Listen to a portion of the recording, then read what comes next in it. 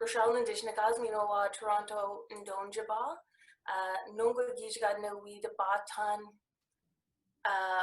Kinagego Ningijichige, Jiggoja Anishinaabemoan Omaa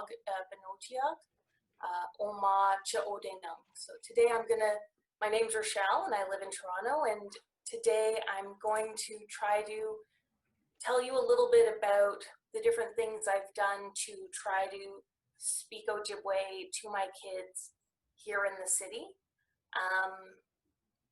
This is not going to be a roadmap. I am always searching for someone to tell me, like, just tell me what to do and I'll do it. And that's not coming. Not today, and I think maybe not ever, but what I am going to share is why that might be okay, and why some of the reasons that make me super unlikely to have become the person who is here today are some of the reasons I think we have great reason to be hopeful when it comes to our language and the future. These are my children, Norman, who is now 4, and Kay, who is going to be 3 in the fall. And I entitled this The Unimaginable Future because really, there's not a single part of me who 4 years ago could have guessed that this is where we would be. I didn't grow up with the language at all, like maybe a word here or there. I don't have speakers in my family. I didn't go to school for it. I wasn't actively working on it. And yet, here we are. And I think that that's really interesting, but I think it helps to like take down some of those narratives that we've all been told about who should be doing this work and who shouldn't be. You know, for a long time, I really thought that my role was to support the language people. And that's how I started this journey. Here's just a little summary.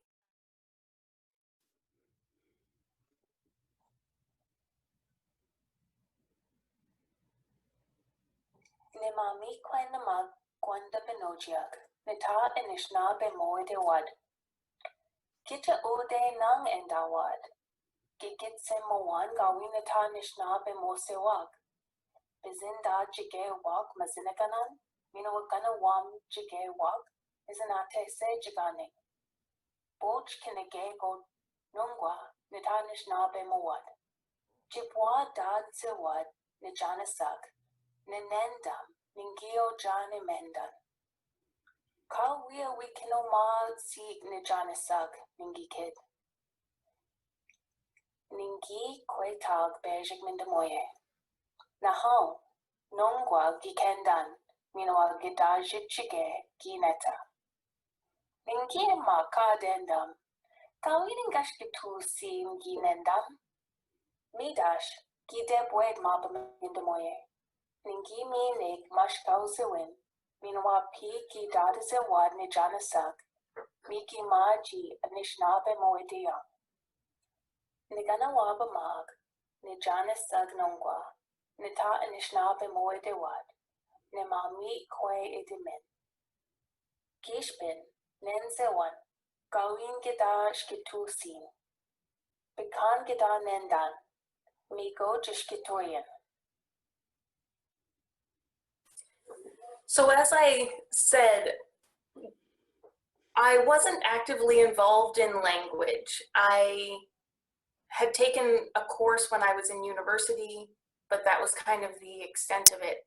But this is a strange place to draw inspiration from, but I was watching HGTV one day, and they were talking about, I don't know, some house or couch or something. And the person said, I want to be able to give my kids the things I didn't have. And I really, when I thought about that, for me, that was the language. And so I immediately assumed that I could play a role by supporting development of programs. I could write grants, I worked at a big institution, I, you know, had all the degrees to put on the applications and blah, blah, blah. So I thought, I'll go and ask all the organizations and I'll try to like support, maybe we could develop an immersion program, or maybe we could something for kids. And they were all very clear that that wasn't on their radar. It wasn't something they were going to be doing. And so I was quite frustrated. And this woman at a conference said to me, well, now you know, like, that's good that you know, now you do it yourself. And so that started me on figuring out how I could do it and what my goals would be.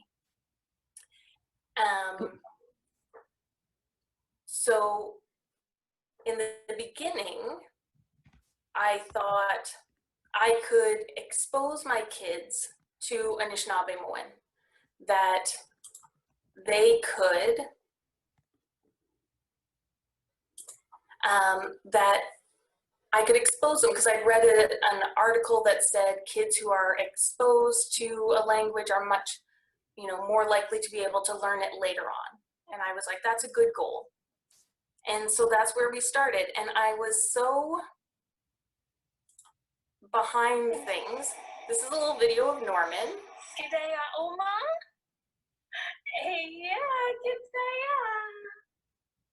So this is one of the only videos I have of me speaking from that time, because at that point I knew so little and I was so embarrassed by how I sounded that I would not allow myself to be videoed.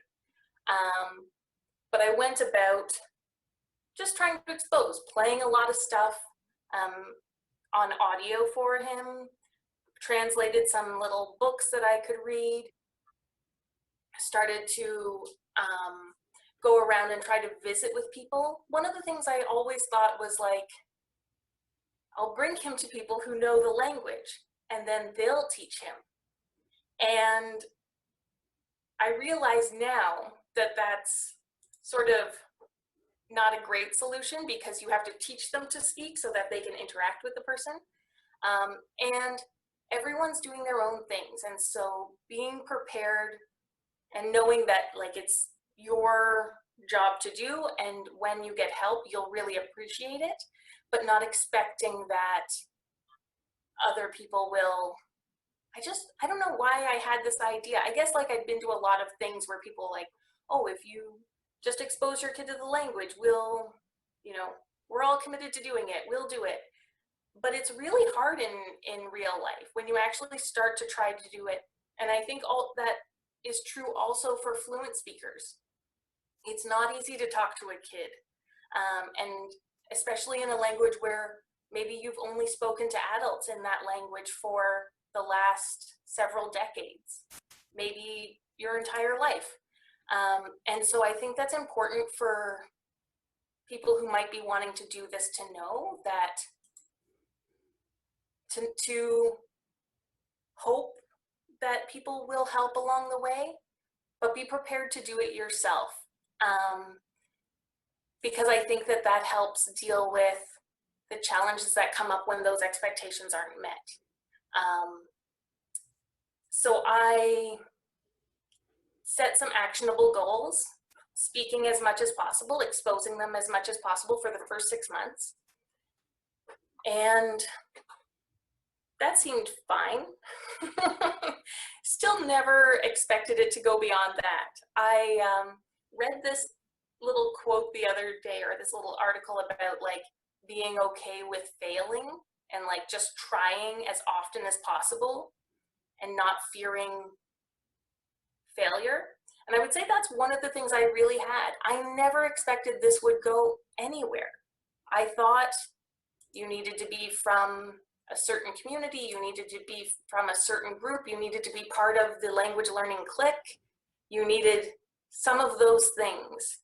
And so I never really thought it would go anywhere. And so every step that we took, I just protected. And I never was afraid to ask people, because what did I have to lose? Like, just randomly would email people, language people, and be like, hey, this is a thing I'm trying to do. Because it doesn't impact my career. I don't know these people. And like, if they don't get back to me, I gave it a shot. So like anybody who has said they speak Ojibwe to their kids on YouTube probably has a message from me in their junk box that where I'm just like, hey, does your kid still speak Ojibwe? Would your kid like to talk to my kid?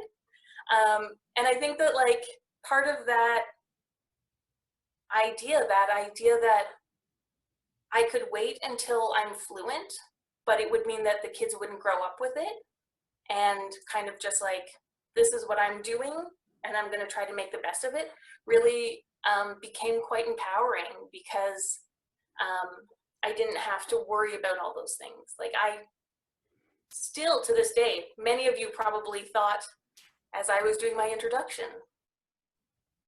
why am I listening to this woman? She's clearly worse at Ojibwe than me. And that's absolutely true. I've only been doing this, since the kids have been around. But it's interesting how well they've been able to learn having such flawed input.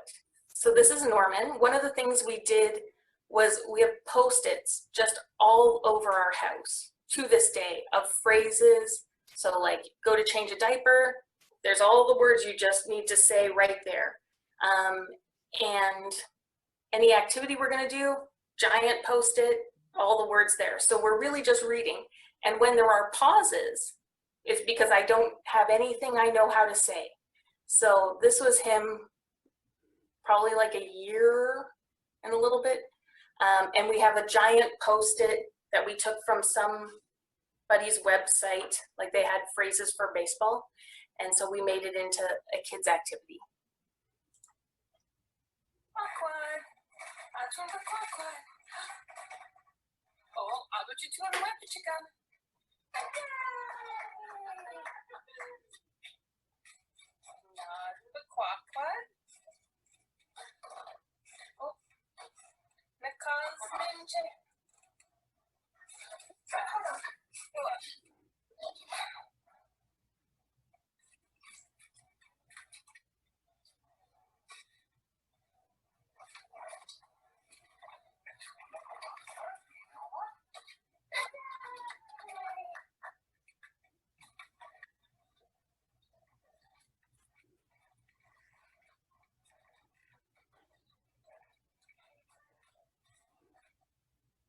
So you can see, like, in the end, like, I'm just like, I'll start reading the Post-it from the beginning again. Like, it really was for me often just about word count. Like, could I get as many Ojibwe words in each day as he might hear in English? And like, we're surrounded by English. So that was my goal. And I failed almost every day. But again, I wasn't, the goal, I never imagined the goal was like create fluent people. My goal was just to get words in so that he might have, might remember them somewhere deep in his brain when he was older.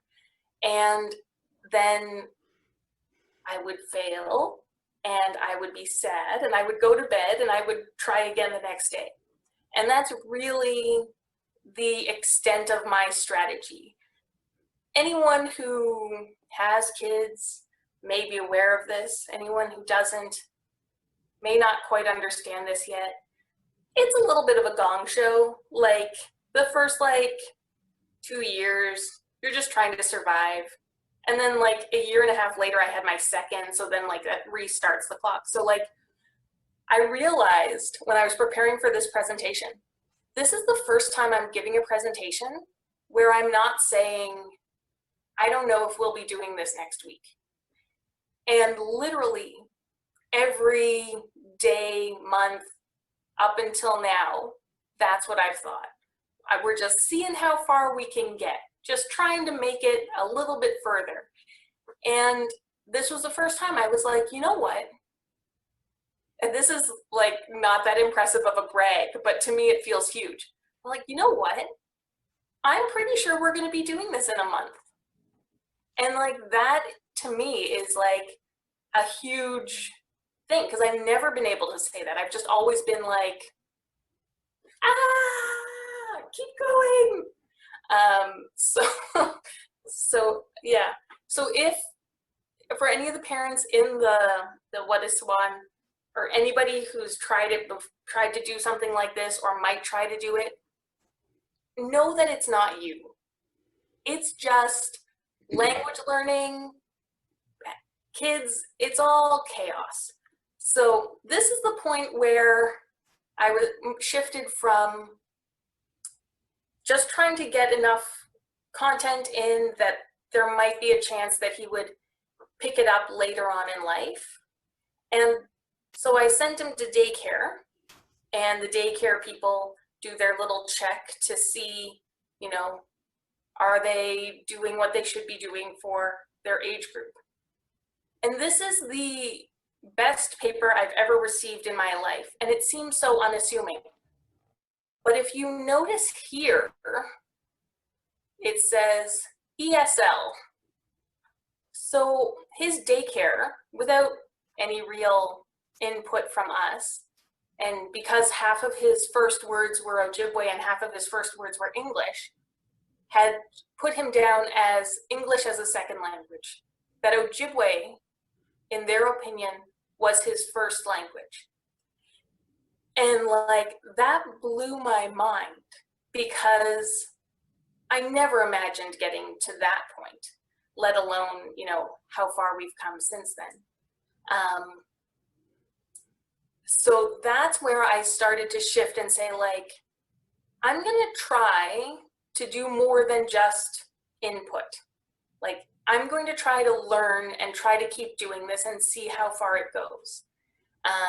And like, I did learn a lot by listening to like CD audio every day, all day in Ojibwe, by doing all these little things for him that learners have a hard time doing for themselves, right? Like, you'll read a kid a book 30 times.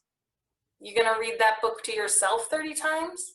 I don't think so. You're gonna read it once and you're gonna hope it sticks. So through doing all these things for him, I had sort of tricked myself into getting better.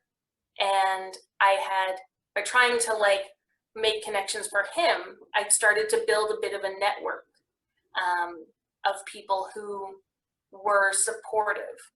And that's really important, I think, to build a little bit of a network, because it's very hard for people to understand what you're trying to do. So many times I would say to people, oh, you know, I'm trying to speak Ojibwe to my kids, and they would say, oh, me too. And I would immediately think, we're gonna be friends forever. I've got like all these immersion plans, and we're gonna like, I don't know. They're just like, they've said the magic words, now we're like forever bonded. And then realize that like, really, a lot of people, when they say that, they mean they're trying to introduce some words, they're trying to learn a little bit themselves. The idea of speaking only to a child is so far outside of most people's understanding that it's really hard for them to understand. And that goes for people like your own age, older people, fluent people. You know, I often would say like, you know, this is Norman, we're trying to speak Ojibwe, could you speak Ojibwe to him? And then like, it would become an English conversation about how more people should be speaking Ojibwe to the kids, because it's hard for people to like then just speak to the kid, because we haven't done that in so long. And so I think until, I don't want to scare anyone, but I'm pretty sure that until Norman was confidently talking to people he didn't know, most people did not get what we were doing. If I would send people videos, I would try to like, you know, give people updates and that kind of thing. But often, like, Norman was a little bit shy when he was 2, and so he wouldn't talk, and then people would be afraid that it was a language thing, and then they'd speak English to him. And so it wasn't until sort of in the last 6 months where he's just lost all shyness, and like will pop on and talk to people wherever it is, that people have really started to click for them that this kid speaks Ojibwe, because he can speak more confidently with fluent people than I can. And that's such an interesting sort of thing to watch, as like now me being in the conversation, you know, is sometimes a detriment to the language quality, because, you know, he has people where he can just go and have a conversation and I'm like, don't let him sign us up for anything. What are you guys talking about? And so it's really interesting, but it did take, you know, it took 4 years before people were like, oh, I get what you're doing. Okay. And, you know, or when you're asking people like to help you or to do stuff, it's really hard for them to understand. And it's important that you know that, like, it's not people saying, no, I don't want to help, or I'm not willing to. It's just really hard for people to understand that that can happen, because we haven't seen it that much. So one of the other things that is big in my life is like the intersection of mom guilt and language guilt. It's so big because everybody has opinions on everything language and everything parenting. And so one of the biggest things for me, I sort of benefit from some of my experience in education and that kind of thing around social work and child development. Not that I'm an expert in those areas, but it exposed me to enough variety of theory that when someone said, like, I have people who tell me that I do too much language with my kids and that it's not going to be beneficial to them. And the ability to like go and like have my cry and then shake it off is hugely important.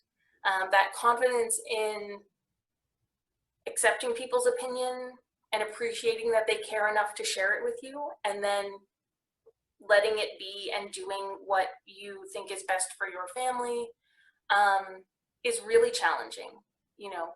And that can be, you know, my kids had lots of screen time because that's one of the ways I could get them Ojibwe content. And lots of people have negative opinions about that. But it's the best decision that I could make for us. And I think that, like, my advice to families is figure out how to like process people's opinions and appreciate them and do what's best for you.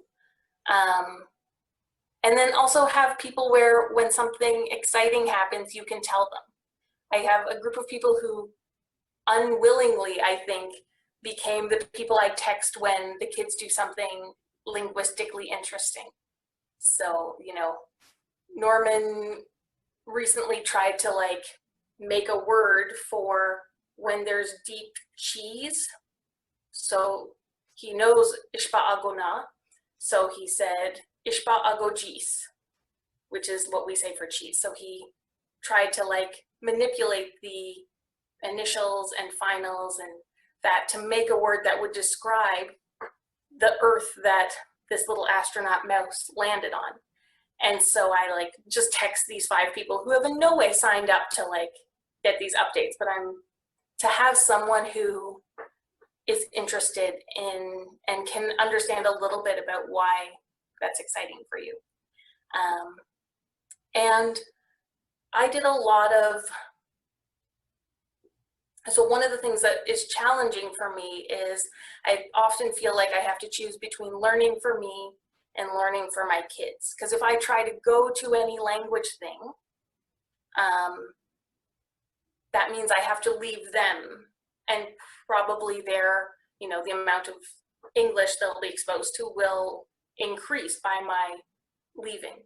And so it's a real balancing game. I try to do a lot of things like this activity in the bottom is we're working on words for sticky, because I didn't know how to talk about sticky one day. So this is designed to force me to learn it, because he was very interested in it, but make it engaging so that it hopefully will be beneficial to both of us.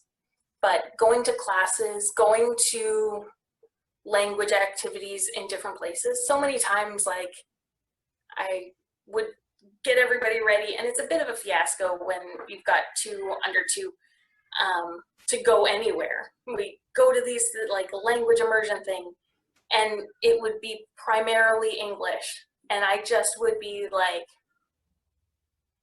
so crushed, because you work so hard to get there, and like you have this hope, maybe today is the day you find the people who will help you. And I think that those kinds of things are challenging. Like afterwards you feel guilty because you like drag the kids, you know, across the province or, you know, into another country to try and do something, and then it didn't do it, and you're spending all your money on, you know, Ojibwe stuff. You could have gone on vacation.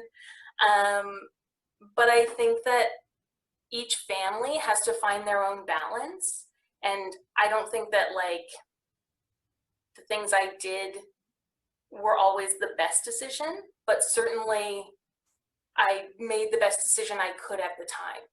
And certainly for any of the families who are trying to do this, if you need another person to like feel guilty to, or to, you know, talk to when you're struggling, let me know. I will celebrate your victories. I will sympathize when things don't work out the way you had hoped. And so, oh, this was a list of Norman's, I think he was like 1.5 or 2 maybe. This was the words that he knew in Ojibwe, and I was so amazed at that point that we had gotten that far. So after that, once I decided to learn and decided that we were going to keep going, I tried to also think forward a little bit. So trying to build a bit of a community for him and trying to support families who might be trying to do the same thing. I made a bunch of playlists on YouTube. Anybody can find them. And when I started, there was about 40 videos I had found. And now I have about 300 that are appropriate for kids and are either immersion entirely or have like a short English intro. And so that playlist is available for any of the families who are, you know, trying to bring Ojibwe into their home. It's the one called Kids Anishinaabemoan. There was 245 when I took this screenshot. But the amount of material in the last 5 years has really exploded. You can see Norman has, like, all his books are in Ojibwe. We've always only read to him in Ojibwe. And in the beginning, it was, you know, printing some stuff out and hoarding any books we could find. And now we have quite a collection. And I think that anybody who's doing this work, we're greatly appreciative. I know that some of the people here were involved in either the translation or the development of many of the books that we use. But that's one of those things that, you know, many of these books, I still don't know what's going on. And in some of them, because we have all different spelling, I don't separate by dialect or spelling or anything like that. So sometimes I'm just holding on, like trying to get the sounds out, and then Norman will say something that like questions the storyline, and I am so amazed because I left the storyline, you know, long ago. I'm just trying to get the words out, and so, you know, it's not this lovely, beautiful sitting and reading the books you grew up with. Sometimes it's just like I just have to read something, and that's good enough. Like, it's so challenging and there's so many things. So I just really think that families and individuals should really take a lot of credit for the things they do and not feel bad that it's not this romantic picture you thought it was going to be. Like, when I first had Norman and I couldn't say to him the things I wanted to say because I didn't know how to say them in Ojibwe. And when I realized that I wasn't good enough to translate the books I had read when I was little, and so I was not going to read them to him. I decided, I'm not saying anybody else has to decide the same thing, but those were it's a little bit of, I don't know, sadness or mourning maybe, that idea that you had of what reading would be like. But I think I gained a lot by doing it. That exercise of reading those books over and over again, even though I didn't know what was going on, has really opened up my vocabulary a lot and allowed me to travel and speak to people, because, people have different dialects and that kind of thing. But I've read books from all of the dialects, I think. And so I'm not thrown off when someone says something differently, and neither is Norman, surprisingly. I thought he would have a little bit of a challenge, but he didn't even skip a beat. We came down to your area last year, and he just talked to people, and I was in shock because he'd heard these phrases in books. So yeah, and this is, the other picture is, we had a little get together, some families who want to do the same thing. And what we're doing in this activity is we took a story from the Anishinaabemoan journal and we told it to the kids, and then we used clay to reenact parts of the story. And so this is the most teachery I think I've ever been in my life. I feel like I could have submitted it as a project or something. But some of these resources that you used in learning will become relevant to your kids. Norman likes hearing stories from a lot of books that were written for adult and adult learners, because the stories are still cute, and a lot of times they're not too long. So that's that. Okay, so this is my thoughts on how I try to keep up with them. And one is to let go of the idea that they're faster learners than you. I think that one of the things that I've really come to appreciate is that we as humans are so willing to invest in children's learning, and we're often unwilling to do the same for ourselves. By having to do all of these things for Norman, I've learned so much. And, I've only been at it a couple of years, but the constant pressure of trying to keep up with him has really allowed me to, dive into some of those more challenging texts and those, linguistic ideas where I would have, maybe 6 years ago would have said, oh, I can't do that, that's not. And now I have a motivation to do it and just take it piece by piece. And it seems to be working. I'm able to incorporate little things that improve his speaking, because I know I'm not giving him a natural first language speaker experience. But now that he's getting older and he can kind of point out things that are missing, it highly motivates me to fix it. So for a little while, he kept throwing the word for, F-O-R. So we'd be having a conversation in Ojibwe, and then he'd say, da-da-da-da-da, for blank blank. And so then I had to go and figure out what part had I not given him that he couldn't communicate that idea in Ojibwe. And it was a verb that I had never learned or didn't know to use in so broad of a context. and I introduced the word and it stopped immediately. And then recently he tried to use a preterite dubitive phrase, which is like terrifying to me. Every time I try to learn about it, I get nervous, but now I have to. He clearly needs to communicate something that I haven't quite given him enough for. And so now I'm trying to work on that. It's a very disorganized learning method. It's very child-led. Often people are like, it's child-focused, but this is actually child-led because he points out through his communication the pieces that are missing. And I do a lot to try to get him in touch with people who are better speakers than me. You know, I maybe this is because I don't work in language, but I have very little ego involved in that.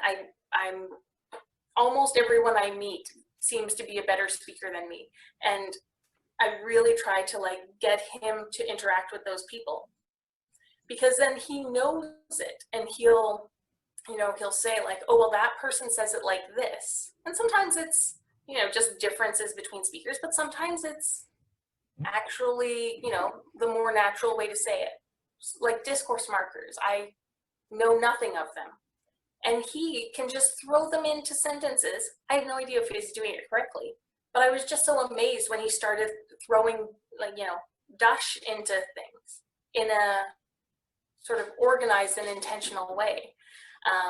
And so that happens through exposure to more natural speakers, and his brain is sort of primed for those things. When he was little, there was this, so I would hear him speaking to my parents, and so they were discussing breakfast, and he said, so he speaks to them in English, and he says, you have to get the toast dug.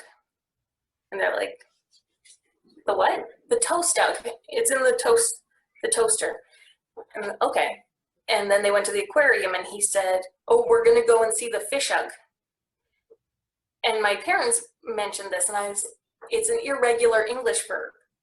And so in his, 1.5, 2-year-old brain, if you don't add an S to something and it's animate, he doesn't know what animate means, but in his mind he has these categories, then you must add a G.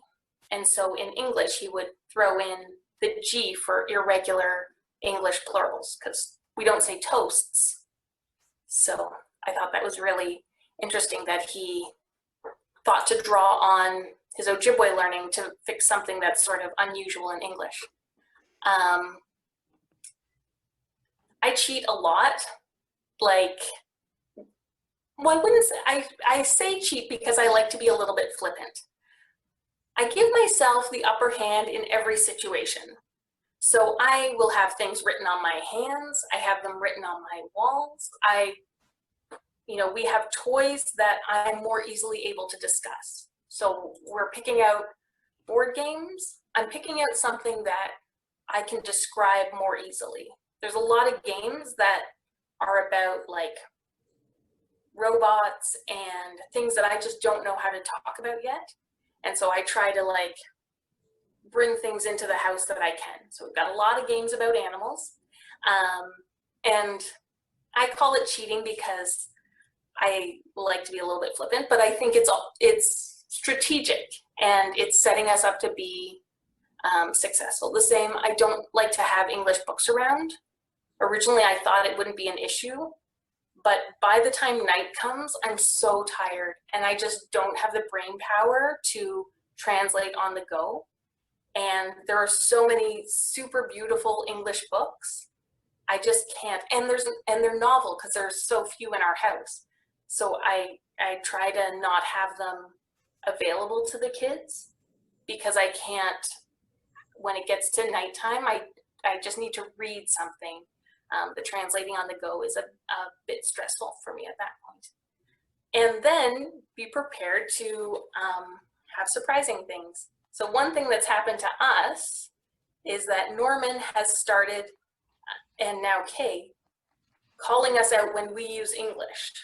So my partner and I, we've always spoken English to each other, but we both speak Ojibwe to the kids now. But Norman has started to remind us to use Anishinaabemoan even when we're not in the same room. So if he hasn't fallen asleep yet and I like go out to the other room to talk to my partner, you might shortly after hear Norman yelling to us to speak in Ojibwe. So I don't know. I guess the seeds you sow will come back. So this is Kay. No location guide. Ubication done. Agendasa winner. Beige. Today we're going to talk about numbers. 1 to 10.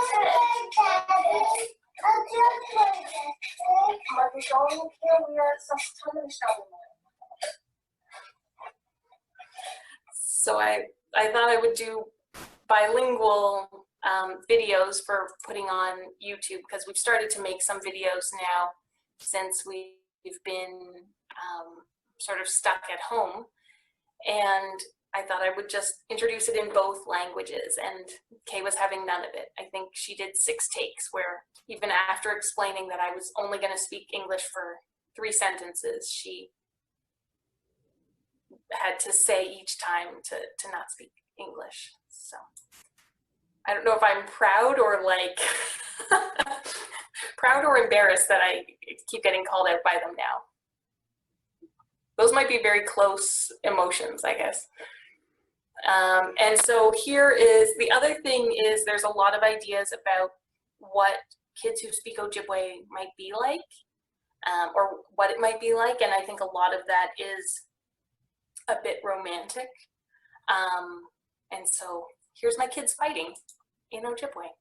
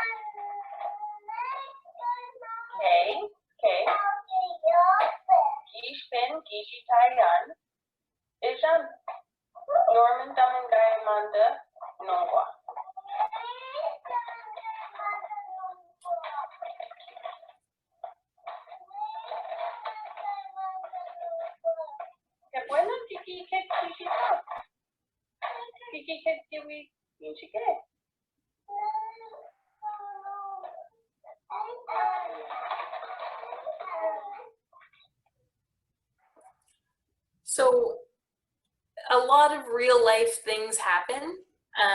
Occasionally, I'm happy that we're speaking in a different language, like when they have to let me know that they've pooped in the middle of a very public event.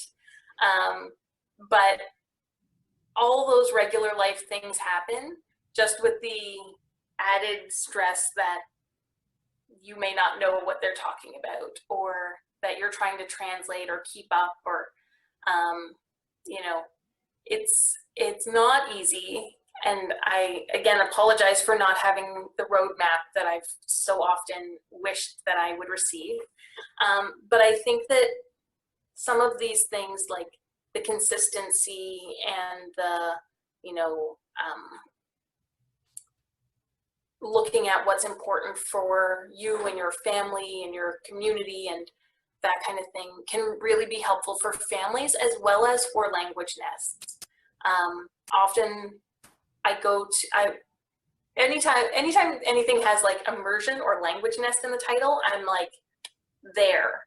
And a lot of times there's a huge variety of what that means. I've certainly gone to language nests or things that were titled language nests that were, you know, adult beginner classes, or were just toys in a room without anyone who was able to speak the language. And so I think that setting that idea of what you're hoping to do and sort of protecting the progress you've made can be really challenging, because a lot of people might have different ideas, but I think those are core pieces that can be helpful no matter what you're working on. So the other thing is that good intergenerational transmission is not the same as good teaching or good speaking. I've never taught Ojibwe. I don't know if I would be any good at it. I certainly am not good at speaking it. So intergenerational transmission, which is what you're talking about when you're, you know, talking about a language nest, is a different thing. And you kind of have to stop and remember that, because I think often it's hard and the teacher pieces try to sneak back in, and they're not always conducive to what you're trying to accomplish. So those are some of the things, and my key things, or the things I did that I think were important, is that we did, and I know this is very highly debated, and I certainly am not saying this is the right way, the only way, or the best way.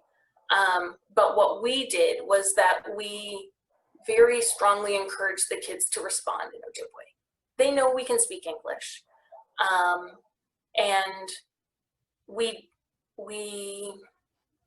just made it more difficult, so that the easier language to respond in to us is Ojibwe. Because if they respond in English, then like we're gonna ask them about it and they're gonna have to repeat it, and it's gonna just, you know, it's gonna take longer. And so that sort of, it's not forcing, and we don't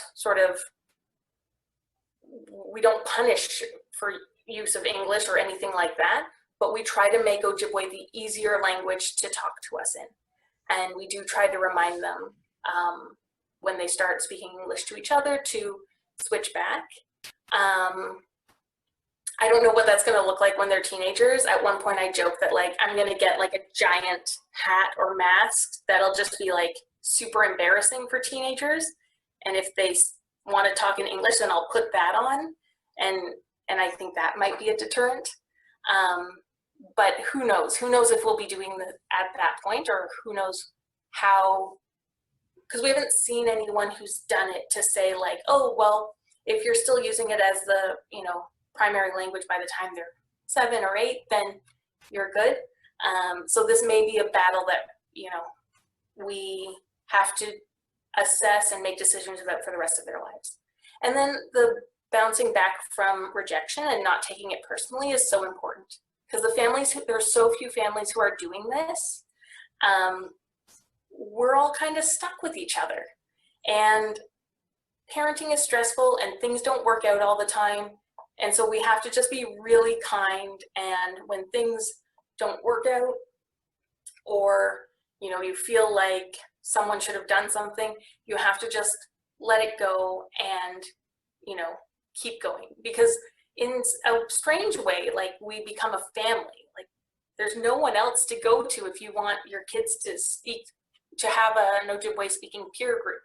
And so maintaining those relationships and supporting each other and thanking the people who help you is so important, because this is, you know, this isn't a sprint. I think in a lot of language learning, we're focused on like getting, you know, as much learning done in a year. This is a long-term thing. And so those relationship pieces are extra important, and that kindness and those pieces around love and support are so important to imagine a future where these kids can be friends who are 10-year-olds who just happen to speak to each other in Ojibwe and get together, and it's not unusual, it's not challenging, it's just their friends who speak Ojibwe. And so those are some of the pieces that that I think are important for families that are, whatever your situation is, I would look for other languages also to get advice from them, because we have not that many families who have done things like this. And there's a lot of research in intergenerational transmission of languages. And so if we're willing to like look at other examples, it can be really helpful in setting our goals and also our boundaries. So that's one other thing I would suggest, but not until you have like the brain space and have gotten sufficient sleep. Not for the first like 2 years. So one thing that, so I was supposed to come and talk to you guys in March or April, and right before everything shut down, and it's been very interesting ever since, because my kids go to school and daycare in English. And so they've been home in immersion for the last 6 months. And I was not prepared for that. I had actually just quit my job, and I was like, gonna take the summer off. We're gonna travel and do all the language stuff, and I'm gonna focus on learning. I'm gonna study all the books and do all that stuff while they're at daycare. So that never happened, but they've had an immersion situation because we're not even going other places. So they've almost only spoken Ojibwe for the last 6 months, which has been, again, very stressful for me. They don't seem bothered by it, but their language skills have increased quite a bit, I believe. And I wanted to show an interesting thing that's come up because of this. So we're in a city and we don't have that many, we have a fair number of fluent speakers, but we don't have a great network of language teaching or opportunities for kids. And so one of the things that's been interesting in the last few months is there's been so much going up online and so many online discussions. And so sometimes Norman just crashes them and tells everyone that our house is a mess. Oh, bonjour, yes. Norman. Bonjour. Oh, Chevy Salangram Gidakiiminaang. Oh. Anishinaabemoan again.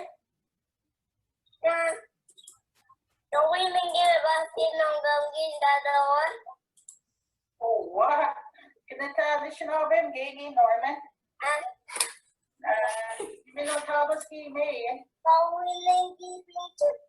Ojibwemotaadidaa Omaa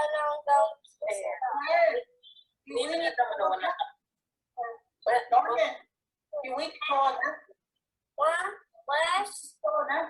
You have a messy house. You need to talk.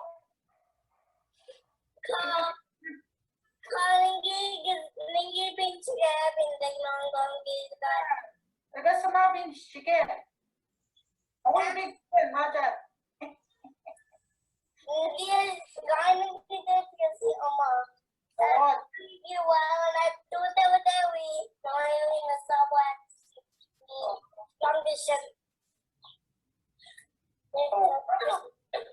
It's so cute. Bye, good woman.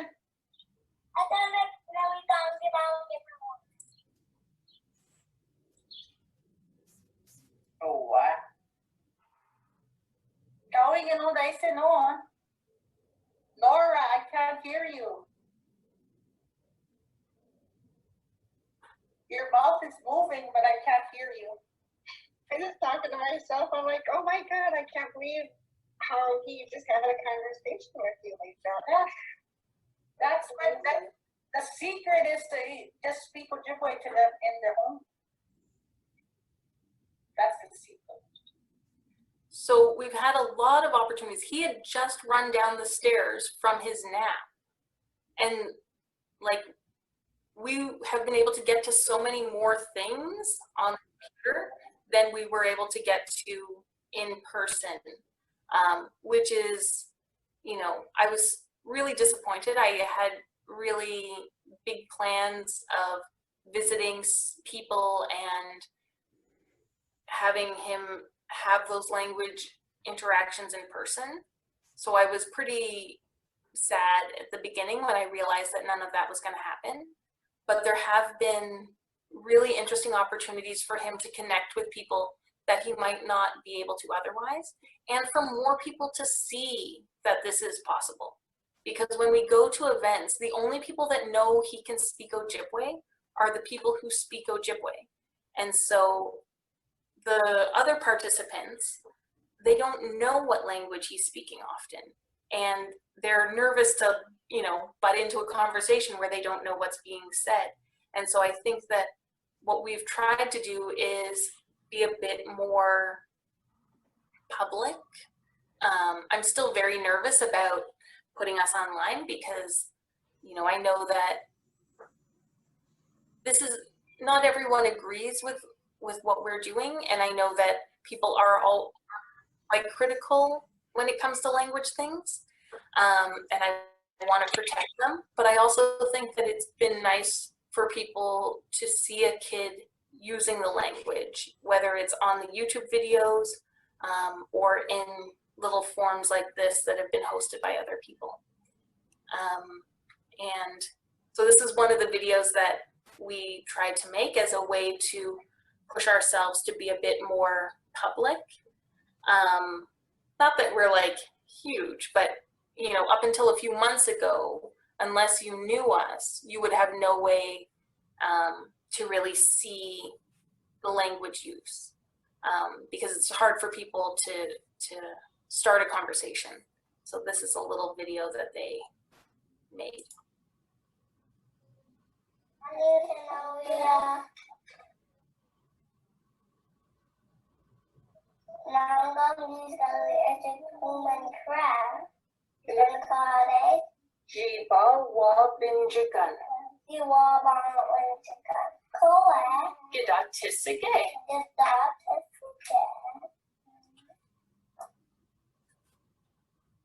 Anishinaabemoan Wadiswan.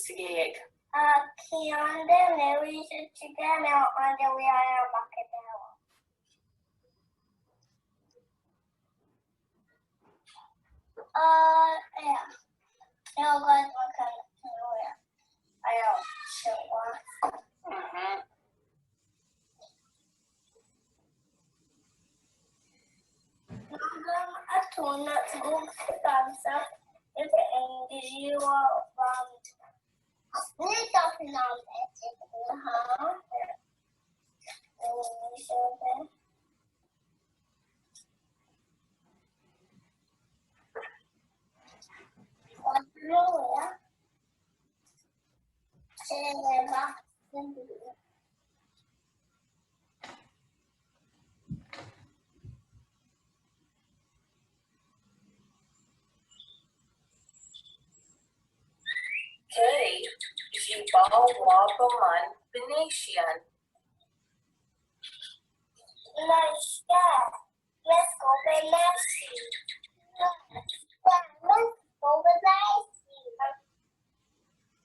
So this was again a word I needed to learn because they were interested in it and the activity that we used to do that.